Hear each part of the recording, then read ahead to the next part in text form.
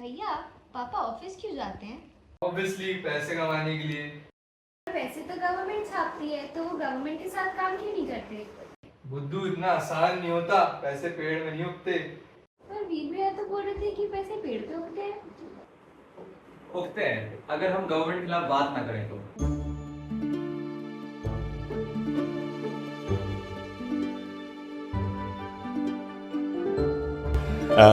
I mean, they're not totally wrong, but they're probably off by 5% or 10% in some cases. I call a magic mind computer any computer which can just make money out of thin air.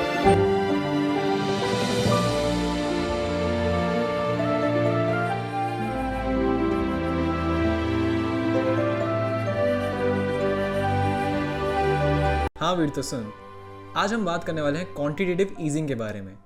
And as the saying goes कि अमीर और अमीर होते जा रहा है और गरीब और गरीब। And here the shocking part is not that it's the truth, the shocking part is people are getting shocked because it's so obvious a guy with common sense can track it. आज हम बात करते हैं quantitative easing क्या होती है। अब आप हो गवर्नमेंट, आपने देखा इकोनॉमी रिस्क लो, तो क्या किया जाए? इंटरेस्ट रेट्स लो कर देते हैं। Treasury bills, bonds, house loan, car loan, सबके। और बात काफ़ी सिंपल भी है कि अगर हम लोन के इंटरेस्ट रेट्स कम करेंगे तो पब्लिक और अट्रैक्ट होगी कि हाँ, अभी लोन लेना सही टाइम है। अगर मुझे कोई हाउस लोन 10% में मिल रहा है और कुछ हाउस लोन 6.5 में, मैं 6.5 भी प्रेफर करूंगा ना। इसको बोलते हैं एक्सपेंशन मॉनेटरी पॉलिसी। अब अगर आपको ये चीज़ समझ नहीं आई तो एक एग्जाम्पल के साथ चलते हैं। आपके फादर हैं, उनको लेना है घर 1 करोड़ का अपनी फैमिली के लिए, ठीक है। अब उनने कहा कि मेरे पास 18 लाख रुपए सेव्ड हैं, मैं 7 लाख और बचाऊंगा और 25 लाख की डाउन पेमेंट कर दूंगा और 75 लाख की EMI मान लूंगा। उन्होंने कहा ठीक है, वेल एंड गुड। अब अभी अगर हम होम लोन्स की बात करें तो अराउंड 10% चल रहे हैं, ठीक है। तो अगर वो 75 लाख का लोन लेते हैं तो सिर्फ इंटरेस्ट ही इंटरेस्ट में उनको 1 करोड़ का इंटरेस्ट पे करना पड़ जाएगा। That is a lot. But अगर हम 2020 में बात करें, जब कोविड था, जब सब लोग की हालत खराब हो रखी थी, कोविड में हाउस लोन का इंटरेस्ट 6.5 आ गया था। तो अगर हम बात करें, अगर वो 75 लाख का लोन लेते 20 साल के लिए तो उनका इंटरेस्ट बनता 32 लाख का। मतलब उन्हें 68 लाख ऐसे ही बचा लिए सही टाइम में लोन लेके। तो जब इंटरेस्ट रेट्स लो होते हैं तभी पब्लिक अट्रैक्ट होती है और तभी लोन लेना वो प्रेफर करती है, ठीक है। तो ये चीज़ तो हम समझ गए कि एक्सपेंशन मॉनेटरी पॉलिसी क्या होती है। पर इसके बाद भी इकोनॉमी स्लो हो तो क्या करें? Quantitative easing. क्वांटिटेटिव ईजिंग एक अनकन्वेंशनल और कंट्रोवर्शियल तरीका है पैसे प्रिंट करने का। हाँ, इंट्रो से समझ गए होंगे कि पैसे प्रिंट करने की बात होने वाली है, बट क्वांटिटेटिव ईजिंग को मैं अनकन्वेंशनल या कंट्रोवर्शियल क्यों कह रहा हूँ, अब वो चीज़ समझते हैं। आप हो फेड, आपने बिलियंस ऑफ डॉलर अपने आप को वर्चुअली क्रेडिट कर लिए, प्रिंट नहीं किए, याद रखना। आपने वर्चुअली अपने आप को क्रेडिट कर लिए बिलियंस ऑफ डॉलर्स।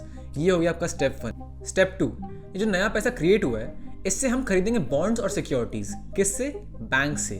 अब बैंक्स के पास बॉन्ड और सिक्योरिटीज क्यों होंगे? SLR, that is statutory liquidity ratio. Basically आपको कुछ percentage of your cash as a bank liquid रखना पड़ेगा। मान लीजिए आपके पास 100 करोड़ का AUM है, मतलब 100 करोड़ एसेट्स अंडर मैनेजमेंट, तो इसमें से 18 करोड़ आपको लिक्विड रखना पड़ेगा। आप ऐसा नहीं कि 100 करोड़ के 100 करोड़ पूरा लोन पे चढ़ा दिया। उस 18% में भी लोग क्या ट्राई करेंगे कि हम कैसे इंटरेस्ट कमा लें। तो या तो गोल्ड में रख सकते हैं, तो कैश में रख सकते हैं, तो बॉन्ड्स में रख सकते हैं। तो 90% of the banks bonds he prefer करते हैं कि मतलब वो जो 18% है उसमें से भी मैं 90% बॉन्ड्स में रखूँ। मतलब 100 करोड़ हो गए, 100 करोड़ में से 18%, मतलब 18 करोड़, 18% का भी 90% वो बॉन्ड्स में रखना प्रेफर करते हैं, ठीक है। तो यहाँ से फेड जो है बैंक्स से क्या खरीद रही है? बॉन्ड्स। कैसे? SLR के थ्रू, क्योंकि उनको होल्ड करना मैंडेटरी होता है। तो अब सेंट्रल बैंक ने जितने भी बॉन्ड्स बैंक्स होल्ड करते थे वो उनसे खरीद लिए। अब मैं बार बार यहाँ पे सेंट्रल बैंक बोल रहा हूँ, वो RBI की बात नहीं हो रही है, यहाँ पे फेड की बात हो रही है। इसको लास्ट में मैं जस्टिफाई करूंगा कि मैं ऐसा क्यों बोल रहा हूँ। स्टेप 3, अब बैंक्स के पास आ गई भयंकर लिक्विडिटी, भयंकर कैश, और पैसे से पैसे ना बना सके कोई, अरे बाप रे, ये तो कैपिटलिज्म के सख्त खिलाफ है। तो क्या? लोन दो, लोन दो, जितने भी लोग हो सकते हैं सबको लोन बांटो, पनवाड़ी से लेके इंडस्ट्रियलिस्ट तक सबको लोन पूछो, भाई लोन चाहिए क्या, लोन चाहिए क्या। अब यहाँ पे आती है कंपटीशन की बात। कंपटीशन इसलिए क्योंकि फेड ने सिर्फ किसी एक बैंक से बॉन्ड्स नहीं खरीदे, उन्हें सबसे खरीदे हैं। तो अगर कोटक बोल रहा है कि मैं 10% नहीं, मैं 9% देने तैयार हूँ होम लोन का, तो ICICI बोलेगा कि भाई मैं 9 के मैं 8.5 दूंगा, आप मेरे यहाँ से ले लो। तो आएगा कंपटीशन। और ये पब्लिक के लिए बहुत ज़्यादा अच्छा क्यों है? क्योंकि उनको होम लोन के इंटरेस्ट रेट में भी कंपटीशन मिल रहा है कि अच्छा कोटक ये दे रहा है, ठीक है, मैं ICICI का पता करता हूँ, मैं HDFC का पता करता हूँ। तो बेसिकली पब्लिक का भी पैसा बचेगा इंटरेस्ट के नाम पे, क्योंकि वो अब सस्ते इंटरेस्ट पे लोन ले सकते हैं। अब मैं जो घर 5 साल बाद लेने वाला था कि मैं 18 लाख अभी है मेरे पास, 7 लाख इकट्ठे करके 25 लाख की डाउन पेमेंट कर दूंगा, वो 7 लाख इकट्ठे करूंगा इन्हीं में और तुरंत अभी लोन ले लूँगा। अब जब लोग लोन लेते हैं ना तो इकोनॉमी में स्पेंडिंग बढ़ती है और तभी इकोनॉमी फ्लरिश करती है। क्योंकि अगर मैं घर बनवा रहा हूँ तो एक सीमेंट कंपनी से लेके एक मजदूर, एक कॉन्ट्रैक्टर, सबको धंधा मिल रहा है, इसलिए इकोनॉमी फ्लरिश करती है लोगों के लोन लेने पे। अब सेंट्रल बैंक ने जो इतने सारे बॉन्ड्स खरीद लिए थे उसका क्या? जैसे बॉन्ड्स की मैच्योरिटी का पैसा पहले पब्लिक बैंक्स को मिलना था, अब वही पैसा सेंट्रल बैंक्स को मिलेगा। Step 5, delete all your traces and evidence. मतलब जो इंटरेस्ट सेंट्रल बैंक ने कमाया बॉन्ड्स की मैच्योरिटी पे, वो पैसा वो जला देंगे, हाँ बर्न कर देंगे, वैनिश कर देंगे, आपको जो बोलना सही लगे। क्योंकि वो पैसा कभी किसी का था ही नहीं, वो पैसा बस उनने वर्चुअली क्रिएट किया था इकोनॉमी फ्लरिश कराने के लिए कि लोग लोन ले सकें। इकोनॉमी जो हमारी स्लो डाउन हो चुकी है वो एक बार वापस से धड़ल्ले से चलने लगे। इस चीज़ को बोलते हैं क्वांटिटेटिव टाइटनिंग। जो स्टेप 4 और 5 था उसको बोलते हैं क्वांटिटेटिव टाइटनिंग।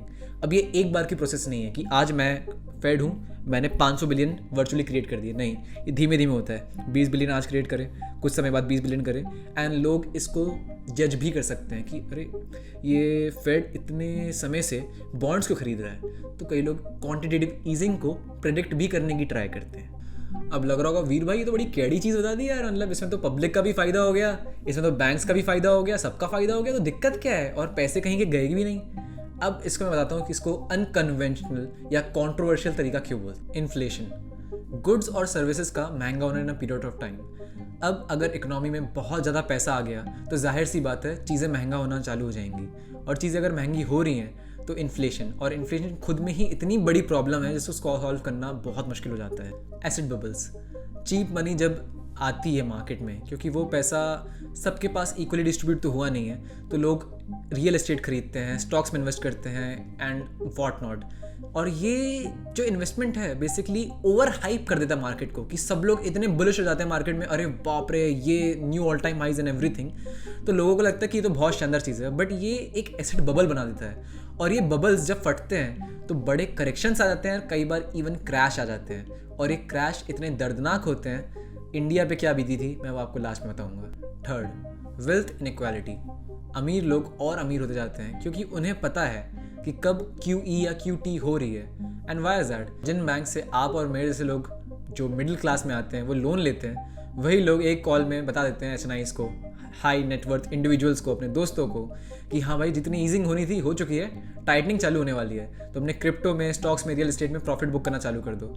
और वो स्टॉक्स हम होल्ड करके रह जाते हैं। जो एक बंदा ट्रेडर बन के आता है उसको इन्वेस्टर बनना पड़ जाता है विदाउट एनी चॉइस।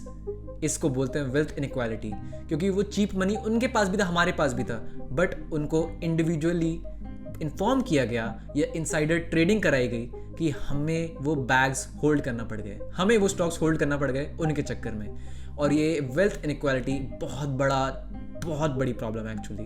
तभी लोग बोलते हैं अमीर और अमीर होते जा रहे हैं और गरीब, क्योंकि it's not about money, it's about connections. आपके कनेक्शंस कितने रिच हैं, आपके कनेक्शंस कितने यूज हैं, वो बहुत ज़्यादा मैटर करता है। अब कुछ रियल वर्ल्ड एग्जांपल्स डिस्कस कर लेते हैं। Major rounds of QE। Major round of QE से क्या मतलब है कि जैसे मैंने आपको बताया था कि क्वांटिटेटिव ईजिंग एक बार में नहीं होती धड़ल्ले से, हर महीने कुछ बॉन्ड्स की परचेजिंग चालू हो जाती है, ठीक है। इनको बोलते हैं राउंड्स ऑफ QE। तो मेजर राउंड ऑफ QE कब हुए थे? 2008 के फाइनेंशियल क्रैश में और 2020 के कोविड पैंडेमिक में ट्रिलियंस ऑफ डॉलर्स इंजेक्ट करे गए थे इकोनॉमी में, ट्रिलियंस ऑफ डॉलर्स। अब एक चीज़ आपने नोटिस करी होगी, मैंने कहीं पे भी RBI या इंडिया का सेंट्रल बैंक की बात नहीं करी, क्योंकि इंडिया ने कभी क्वांटिटेटिव ईजिंग जैसा फुल स्केल प्रोग्राम करा ही नहीं है। अब कई लोग अपना फ़ोन फेंक देंगे कि क्या है भाई, इतनी बड़ी वीडियो बना दी और इंडिया ने कहा इसमें तो कुछ हार्म भी नहीं है, इंडिया ने तो कभी कुछ किया भी नहीं है। बट ये चीज़ याद रखना, जो चीज़ फेड कर रहा है, जो चीज़ अमेरिका कर रहा है, एक टेक जाइंट, एक फाइनेंशियल सुपर पावर, उसका इफेक्ट इंडिया पे ना हो ये पॉसिबल ही नहीं है। तो अब हम समझते हैं कि इंडिया पे इनडायरेक्टली क्या इफेक्ट्स आते हैं सबको लेके। फर्स्ट, हॉट मनी इनफ्लोज, या फिर इसको हम बोल सकते हैं टेम्पररी मनी। जब US QE करता है तो बेसिकली इंटरेस्ट रेट्स लो हो रहे हैं, तो लोग वहाँ पे बॉन्ड्स में इन्वेस्ट करने के बजाय डेवलपिंग कंट्रीज आते हैं, जैसे इंडिया। डेवलपिंग कंट्रीज क्यों आते हैं? क्योंकि उनको चाहिए ज़्यादा रेट ऑफ इंटरेस्ट, ज़्यादा रेट ऑफ रिटर्न्स, कौन ज़्यादा रिटर्न्स नहीं कमाना चाहता है, बट इसको टेम्प्रेरी मनी बोलते हैं। और यहाँ पे सबसे बड़ी रिस्क ये है, जब वहाँ के बॉन्ड्स और ट्रेजरी बिल्स की इंटरेस्ट रेट वापस हाई होती है, तो ये जो FII इन्वेस्टमेंट रहता है, फॉरेन इंस्टीट्यूशन इन्वेस्टमेंट रहता है, वो इतनी तेज़ी से जाता है कि रुपये की वैल्यू गिर जाती है। और यही चीज़ होती है 2013 में, that is called taper tantrum. इतनी तेज़ से हमारा FII गिरा था कि हमारा रुपी उसके साथ साथ गिर गया। सेकेंड, रुपी डिप्रिशिएशन। जब US QE बंद करता है, जब क्वांटिटेटिव ईजिंग बंद करता है US, तो डॉलर स्ट्रांग होता है और रुपी वीक हो जाता है। और इस चक्कर में हमारी इंपोर्ट कॉस्ट बहुत बढ़ जाती है, स्पेशली ऑयल के लिए, क्योंकि हम ऑयल बहुत ज़्यादा इंपोर्ट करते हैं। इसका इम्पैक्ट क्या है? करेंट अकाउंट हमारा डेफिसिट में आ जाता है और इंडिया में इन्फ्लेशन बढ़ने लगता है। एंड ये प्रॉब्लम्स काफ़ी समय से चलती आ रही हैं एंड ये ईजी टू सॉल्व प्रॉब्लम्स बिल्कुल भी नहीं है। Third, commodity price volatility. अब QE के चलते जो इतना टेम्प्रेरी मनी जो आता है मार्केट में, जो चीप मनी जिसको बोला जाता है, उस चक्कर में ऑयल, गोल्ड, ऐसे कई सारी कमोडिटीज़ की डिमांड बहुत जम के पंप होती है, बहुत जम के डंप होती है। और इसका डायरेक्ट इफेक्ट इंडिया पे आता है क्योंकि हम हेवीली ऑयल्स इंपोर्ट करते हैं एंड ये भी काफ़ी बड़ी प्रॉब्लम है। Fourth, global financial instability.